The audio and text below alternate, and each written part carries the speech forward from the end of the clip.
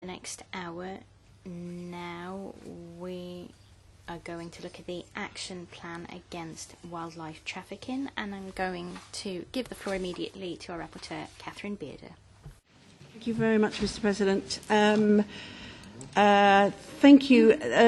I think before I start about what I've got in my report, I'll just some points about what wildlife trafficking is. It's a huge criminal activity worth billions of euros, and it's dominated in the main by organised criminal groups. The same guys that run guns, drugs, people are also running wildlife products.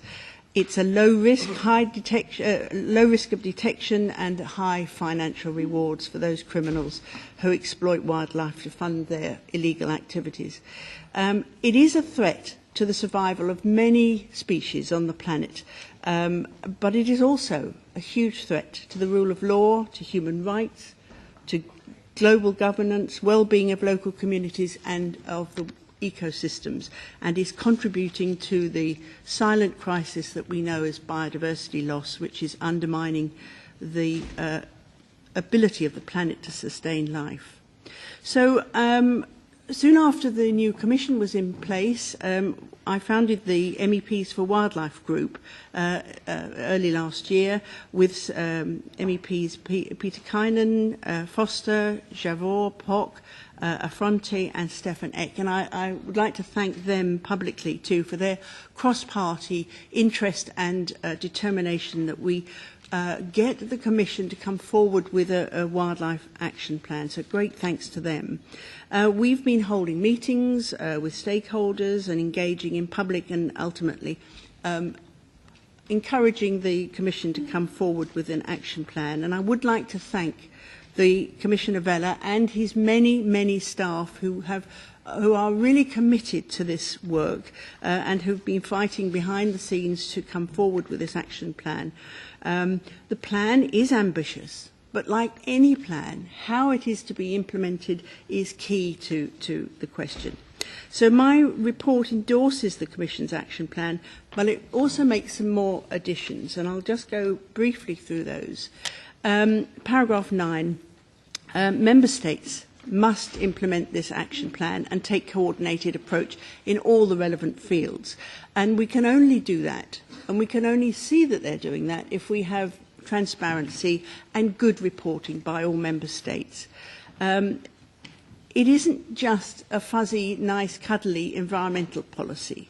This is a security issue and requires action in areas of trade, of justice, of economic development, border control and policing. And of course, it covers many areas. It isn't just, everybody knows about ivory poaching, and the awful figures that we got yesterday were 30% decline in all elephant populations in Africa, which is in the last 2 years, which is devastating. But it's about plants, it's about animals, it's about flowers and plants and amphibians. Everything that lives on the planet is being traded illegally and being damaged. In paragraph 23, you can see that there is a lot of economic activity. It's in the fashion industry, it's in the food, in medicines, pet trade, a lot of economic activity. Now, I'm calling in my report for a wildlife trafficking coordinator. Why? Well, I've often been told that this action plan is modelled on the human trafficking action plan that we have. And what we found there, that to ensure that we have joined up effort by the different DGs that we have in all the areas of the Commission and the EU working arrangements, we need somebody, an office holder that is key to making sure that all of those report to one place and that the Member States also do this. And I think that model that has worked well in most part for the human trafficking is something that we should mirror with that. Member States must tackle corruption, and they have to devote sufficient funding for this. it is a serious organised crime, and they must recognise that. And that affects not only international trade, where wildlife is coming from, but it's also European wildlife trade, and the lack of expertise and the lack of resources at border points leads to a lot of goods and animals coming through because the customs officers are just unaware of what's happening. So we need training, we need awareness raising from the customers right back through to everybody that handles these goods on their route to Europe and from Europe. Europe is not only a destination country, it's also a transit area. So it's corruption at source, in the transit and in the destination markets. So, as I said, this effort needs good monitoring, and we need a systematic reporting back on the progress of any action plan to make sure it delivers what it promises. Member States are also asked to put in place their national action plans, and I think it's all very well having a European one, but we need to have that to be national and if possible, even local. And that, again, is more likely to happen if you have a coordinator that can go around to the member states and to the politicians and say, what are you doing here? Moving on to the crime enforcement, Europol desperately needs strengthening and it needs supporting in the work that they do. My report calls for a dedicated wildlife unit at Europol to deal with wildlife trafficking. Without this political commitment, this just won't happen. Wildlife crime has to be included in the serious and organised crime threat assessment. It isn't at the moment. And Europol tell me that they cannot take action on this unless it is in their action plan, and that has to come from the Council, the Member States. So we need Europol to receive the necessary intelligence from national authorities, and it needs to be included in their SOCTA programme. We can only fight serious organised crime by having joined up crime fighting and a strategic enforcement networks at both EU and national level to facilitate and improve this, and that's what I've put in my report. The penalties, going on from the crime enforcement, then when they get to court, we have to have more than we have at the moment. Some countries, you get a slap on the wrist, and other countries treat this seriously and give the punishments that they deserve. So we need a better joined up, a minimum sentencing, that it is in the action plan, but somehow we need to make sure that that is actually delivered. And that the Parliament support the Commission's work in getting that. I want to come on to, there is a lot of protection internationally given by CITES, but some species are illegal to seize in source countries but are not part of the CITES framework. Many countries around the world have good environmental policies because animals, plant species, whatever, are protected in their own area.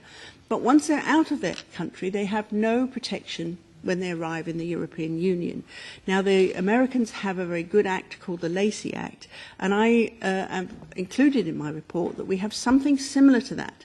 Because if animals and plant species arrive in the EU and they haven't got CITES protection, there's very little that member states can do to track that back and to prosecute. So I think we need to be mirroring something like the Lacey Act so that we can actually take action, because that's supporting essentially developing countries in their fight against wildlife crime, and we can be playing our part in helping them there.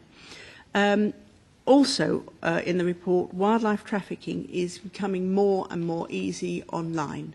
And the trade in plants and animal species online is feeding organised crime, and we need to be looking at that. And of course it's linked to money laundering, and it's a very easy way to do it. So cooperation within the financial sector to be able to follow the money will protect the wildlife species. As with any report, we're limited with number of words, and it's when delivering this report to the administration, it's a nightmare to chop out all the words that we can't get in. So what's missing? Animal welfare of rescued animals is key. What happens to animals when they are rescued at plants, at ports of entry, and perhaps mirroring what Belgium does with a positive list of what is permitted. Not just saying some things that are protected shouldn't be, but we should look at what countries are doing and what is successful. Trade and industry, the Buckingham Palace Declaration to look at, we've been talking about carriers and air transport. A lot of this moves through air transport. And getting these industries to sign up to codes of conduct. And finally, the definition of what is a wildlife crime is something that United Nations Environmental Programme is working on, and I think that would be really helpful to have a clear definition that is recognised internationally on what we are talking about. At the moment, it's a bit of a fuzzy area. So there's a lot in my report. There's a lot some other bits that I will be putting in as amendments. But I'm also very grateful to the shadows, the NGOs, the trade organisations, and the Commission, who've all assisted me in coming forward with this report. We have other meetings to have, and I'm sure there will be other amendments coming in, and I look forward to good cooperation as we discuss those amendments and come forward with a final report to this committee in due course. Thank you very much.